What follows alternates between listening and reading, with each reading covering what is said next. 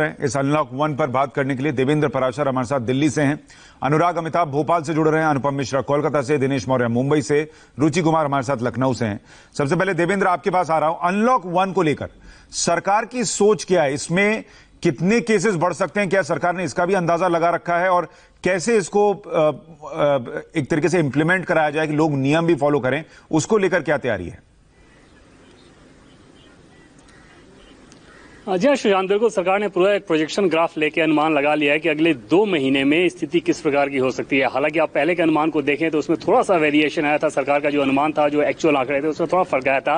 बावजूद इसके सरकार ने अगले 2 महीने के डाटा ले लिए हैं एक प्रोजेक्शन ग्राफ के आधार पर, और उसमें यह समझने की कोशिश की गई है कि ये आगे का ग्राफ इसका किस तरह से होगा। दूसरी चीज कि सरकार के सूत्र ये बता रहे हैं, ऑन रिकॉर्ड सरकार निश्चित तौर पर यह बात नहीं कह सकती, नहीं कह रही है, लेकिन सरकार के जो बड़े अधिकारी हैं वो कह रहे हैं कि जो हर्ड इम्यूनिटी, जो कि बहुत अहम रोल होता है किसी वायरस से निपटने में, वो इंडिया की बहुत अच्छी है, ऐसा सरकार मान रही है। उसका मानने के पीछे वजह यह है कि आप देखें तो रिकवरी रेट 40% से ज्यादा है, फैटल रेट बमुश्किल 2 से 2.5% है, डबलिंग रेट अभी भी 14% से ज्यादा है। तो ऐसी स्थिति में भले ही संक्रमण की संख्या बढ़ रही है, लेकिन बहुत चिंताजनक स्थिति नहीं है। वो मुश्किल 4 से 5% लोग ऐसे हैं जिन्हें वेंटिलेटर और आईसीयू की जरूरत पड़ रही है। तो उस लिहाज से, क्योंकि इकोनॉमिक एक्टिविटीज को बहुत ज्यादा पुश देना था, दूसरी तरफ मेडिकल फ्रंट पे आपकी तैयारी पूरी हो चुकी है, दिख रहा है कि मामला किस तरह से एक हद तक आपके कंट्रोल में है। कम से कम फर्टिलिटी की बात कर लें और वेंटिलेटर आईसीयू की आवश्यकता की बात कर लें, तो उस लिहाज से तो वहां पर सरकार ने यह फैसला लिया है। दूसरी चीज की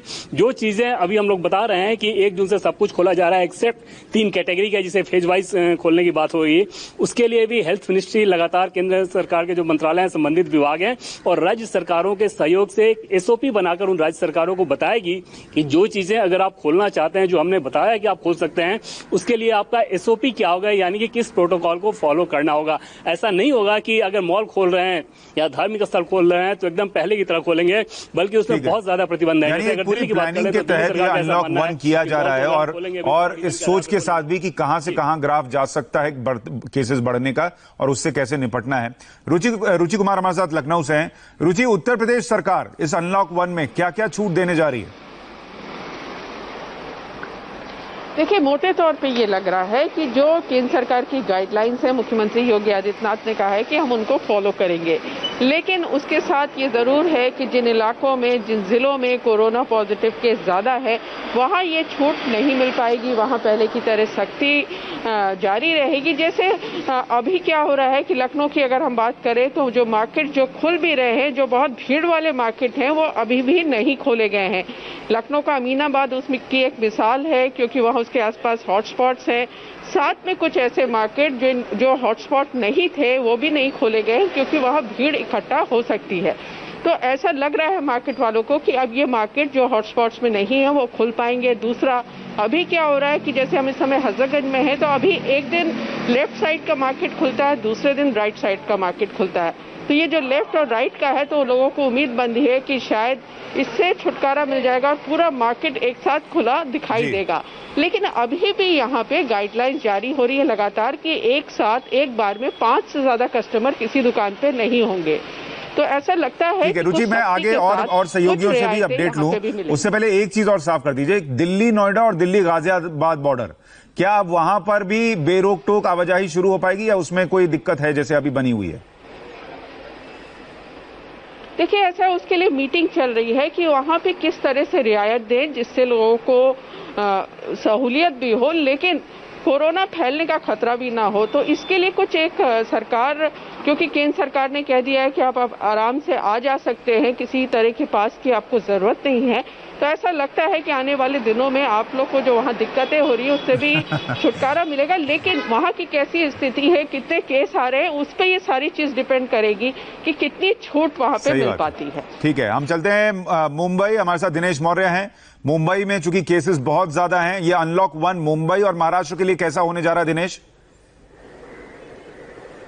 देखिए, देश के अन्य मुकाबलों के इलाकों के हिसाब से मुंबई और मुंबई के आसपास का जो एमएमआर रीजन है और पुणे, वहां पर बहुत कम संभावनाएं हैं कि ज्यादा रियायत मिलेगी। मुंबई में सिर्फ 38,000 से ज्यादा केसेस हो चुके हैं, 669 कंटेनमेंट जोन है। तो आप सोचिए, जिस रियायत की बात की गई तो मुंबईकरों को उसका उतना फायदा नहीं होगा, क्योंकि लॉकडाउन 4 के वक्त जो रियायतें दी गई थी।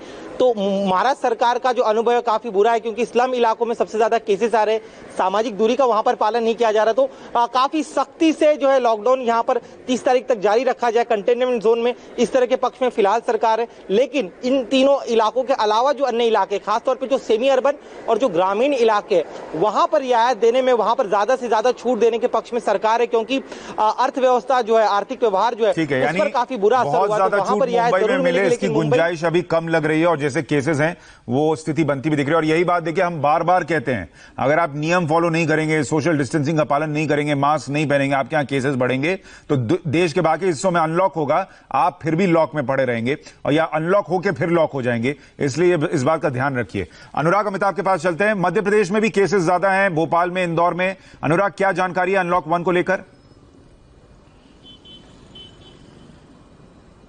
देखिए सुशांत, मैं आपको साफ तौर बताऊं, अनलॉक 1 में जिस तरीके से उम्मीद की जा रही थी कि देश के तमाम हिस्सों में राहत मिलेगी, मध्य प्रदेश में कम से कम उस तरीके की राहत की बड़े पैमाने पर उम्मीद नहीं है। मध्य प्रदेश के मुख्यमंत्री ने कल स्कूली बच्चों से बातचीत के दौरान ये साफ कर दिया है कि लॉकडाउन जो है वो 15 जून तक जारी रहेगा।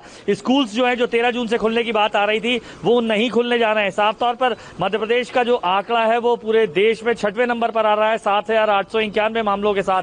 इसके अलावा इंदौर और भोपाल, ये दो ऐसे रीजन्स हैं जो देश में सबसे ज्यादा संक्रमित 13 जो जिले हैं उनमें से है। ऐसे में रेड जोन में जो भी जिले हैं उनमें से किसी भी तरीके से राहत मिलने की उम्मीद नहीं है। जो इंदौर और उज्जैन है, ये जिले पूरी तरीके से जो लॉकडाउन 4.0 में जिस तरीके से यहां पर तमाम जो है राहत नहीं दी गई थी, उसी तरीके से चलेगा। यानी मध्य प्रदेश की भी तस्वीर वही लग रही है जैसे महाराष्ट्र के, बहुत ज्यादा छूट मिले, इसकी गुंजाइश कम लगती है। कोलकाता चलते हैं अनुपम के पास। अनुपम, पश्चिम बंगाल में क्या स्थिति हो सकती है? जी देखिए, पश्चिम बंगाल सरकार ने केंद्र सरकार से पहले ही गाइडलाइंस जारी कर दी थी। ममता बनर्जी ने परसों ही बोल दिया था कि 1 तारीख से धार्मिक स्थल खुल रहे हैं, 8 तारीख से यहाँ पर जूट मिले और चाय बागान जो है वो 100% मैन पावर के साथ काम करेंगे। 8 तारीख से ही जो मॉल्स हैं वो भी खुल रहे हैं। इसके अलावा जो सिनेमा की शूटिंग है या टीवी सीरियल्स की शूटिंग है, जो टॉलीवुड है यहाँ पर, उसकी शूटिंग के लिए 1 अगस्त से शुरुआत होगी, वो भी 35 पर्सन यूनिट के साथ। इसके अलावा जो प्राइवेट ऑफिसेज हैं और जो सरकारी ऑफिसेज हैं वो भी लगभग पूरे दम से 8 जून से शुरू हो जाएंगे। तो एक तरह से कहा जा सकता है कि पश्चिम बंगाल में लगभग सभी कुछ खोल दिया गया। कुछ चीजें जो मेट्रो और लोकल ट्रेनें हैं, ये कोलकाता की जान है, कोलकाता, तो इनको अभी नहीं खोला जा रहा है। संक्रमण बहुत ज्यादा बढ़ सकता है। यानी अभी भी राज्य जो है वो अपने अपने हिसाब से निर्णय ले रहे हैं। और इसीलिए मैं आपको एक चीज जरूर बता दूं कि अभी हमारे सहयोगी जो भी मीटिंग्स चल रही हैं उनमें जो जानकारी निकल कर आ रही है वो आप तक पहुंचा रहे हैं। लेकिन आपके राज्य में अनलॉक 1 कैसा होगा ये बताने के लिए खुद कल आपके राज्य के मुख्यमंत्री इंडिया टीवी पर आएंगे मुख्यमंत्री सम्मेलन में, और वो खुद बताएंगे, चाहे उत्तर प्रदेश के मुख्यमंत्री हो, मध्य प्रदेश के हों, गुजरात के हों, देश के अलग अलग हिस्सों के 15 से ज्यादा मुख्यमंत्री इंडिया टीवी पर आपके राज्य में अनलॉक 1 कैसा होगा खुद आकर बताएंगे। आप सभी सहयोगियों का बहुत बहुत शुक्रिया। अपडेट के लिए आपके पास लौटूंगा। देश कल से अनलॉक हो रहा है, लेकिन कोरोना का डेथ मीटर लगातार ऑन है। इस वायरस ने दिल्ली पुलिस के एक वॉरियर पर कैसे डेडली अटैक किया, यह आपको दिखाऊंगा एक छोटे से ब्रेक के बाद।